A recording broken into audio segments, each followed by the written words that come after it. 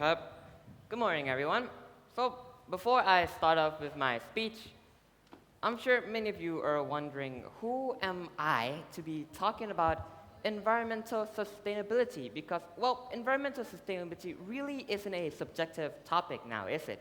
And I certainly do not have a PhD.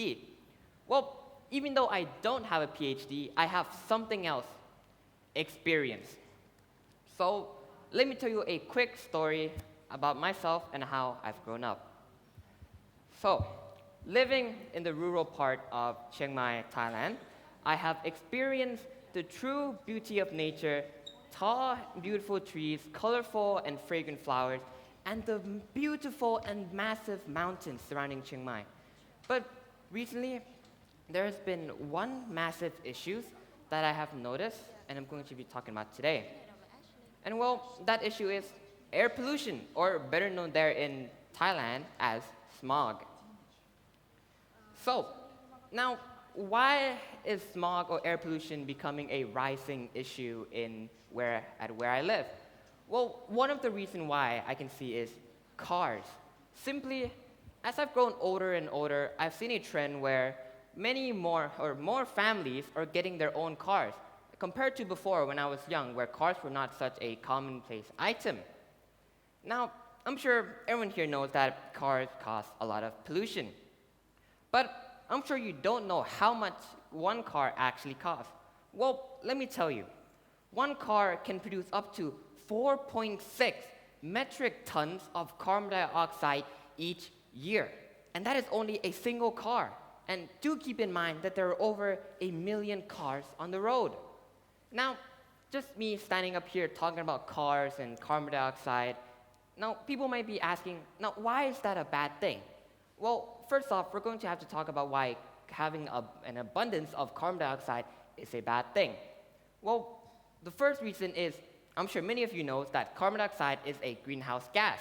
And if there's an abundance of greenhouse gas, it will warm up the planet or it will heat it up, causing global warming. And well, that's not good. But of course, that's not the only reason why having abundance of carbon dioxide is bad. Another reason is, if there's an abundance of carbon dioxide in the air, they might displace the oxygen in the air. Now, what do you mean by displacing oxygen in the air? Well, simply, the carbon dioxide can take over or take place instead of the oxygen, and that can cause health problems such as hypercapnia, where the body just takes in too much carbon dioxide, and well, that's just not healthy. And another health problem is, well, asphyxia, where due to the fact that the carbon dioxide displaces the oxygen in the air, there's simply just not enough oxygen for the body to take in for it to function properly. So, what can we do about this? Well, simple thing, public transportation. Now, what do I mean by public transportation? Bus, trains. In my opinion, these are two great public transportation. Why, you ask? Well, simply efficiency, and because it produces way less pollution compared to cars. Now, what do I mean by efficiency? Well, if you really think about it, one car, let's say a normal sized car can hold up to 6 people at most, but that's already pushing it. If you're gonna have 7, someone's gonna have to sit on the roof, or well, in the trunk. But no one wants to sit in the trunk. Now, bus. If you compare a bus to a car, a bus can hold to, let's say, around 80 people for a decent-sized bus. And you can see that one bus is already more than 10 times more efficient than a car. Now, trains. Trains are, in my opinion, the best. One of the best public transportation there is. Why? Well, a single train car, one train car, not the entire length of the train, but one cart, can hold up to, let's say, roughly 292 people. And that's already more than 40 times more efficient than a car. And it's only one single train car. And one train has around, 5, 6 train cars, even more sometimes? So you can see how crazy efficient public transportation is. But some of you may be thinking to yourself, well, the place where I live, we just don't have public transportation. Well, in Chiang Mai, we face the same problem. Yes, we have bus, yes, we have trains, But well, they're not meant to be used for every day going to the mall or going to your friend's house. They're more meant for long distance travel, traveling to other provinces or to other major city. So what can we do about that? Well, simply investing. Now, what do I mean by investing? Well, so instead of everyone just getting their own car or their own motorbike, they can instead invest into public transportation. Of course, you're not going to see the result immediately, but eventually, you're going to have good public transportation where you can easily get to other places without causing as much pollution as before. Now, of course, cars are not the only reason why air pollution is such a major issue. Another reason is, well, the burning season. Many of you here are not Thai. I'm assuming that all of you aren't Thai, because, well, we're not in Thailand. I'm sure many of you do not know what a burning season is. Well, simply, it's the 2 to 3 month period where we burn trash or we burn crops field and a part of the mountain. Why? Well, specifically for the crop field burning part, farmers are getting rid of bio-waste or products that they simply cannot sell or they're just waste in general, like corn, rice, and wheat. And the reason why people burn the mountain is so that they can find mushrooms. Now, why is that a bad thing? Of course, burning is a bad thing, but some of you might not know why.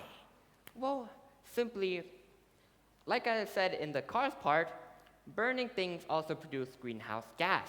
Well, more specifically, methane and nitrous oxide. And like I said, greenhouse gas will heat up the planet, and that's just not good. But of course, that's not the only reason why the burning season is an issue, or burning trash is an issue.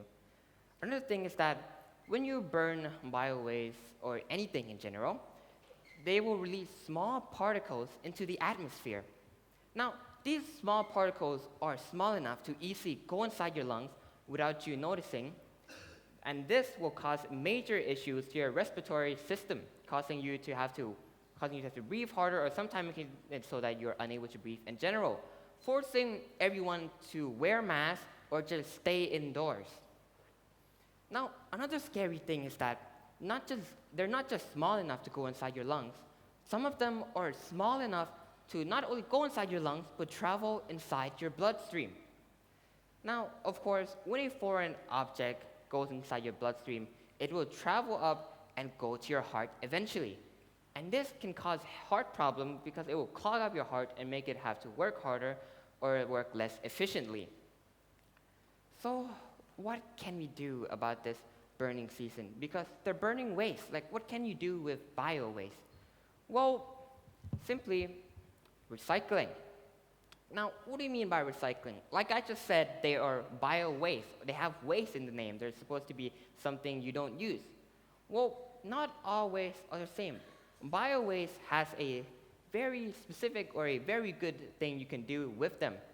You can take these bio-waste and take them to what's called a waste-to-energy plant, where they will burn these bio-waste into a specific chamber or equipment so that they can create something useful like energy or electricity instead. Now, in some places, there might not be a waste-to-energy plant. So what can you do about it? Well, you can always donate them.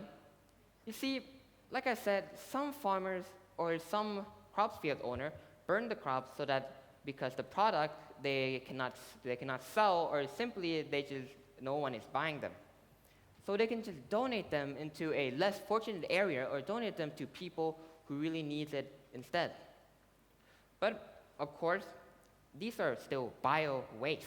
There's a reason why they're not selling, because some of them might be inedible to human or simply just not safe for consumption. So what can you do about these leftover bio-waste? Well, you can feed them to livestock. You see, in Chiang Mai, I'm sure in many other places also, we have livestock such as pigs, cows, or buffaloes, which would easily and happily eat these bio-waste without a second thought. So that's another way that we can dispose of these bio-waste. Now that I've mentioned about these environmental sustainability and air pollution, I want everyone here to think about it. Because, well, simply, the planet we live on, or Earth, is not something only for us. It's not for our generation only. Because if we were to destroy the environment or destroy the Earth now, the future generation may not be able to see the beauty of nature or how we used to live. So everyone, think about what you do. Please try to reduce your carbon footprint, because the planet we live on does not only belong to us, but it also belongs to the future generation. Thank you very much.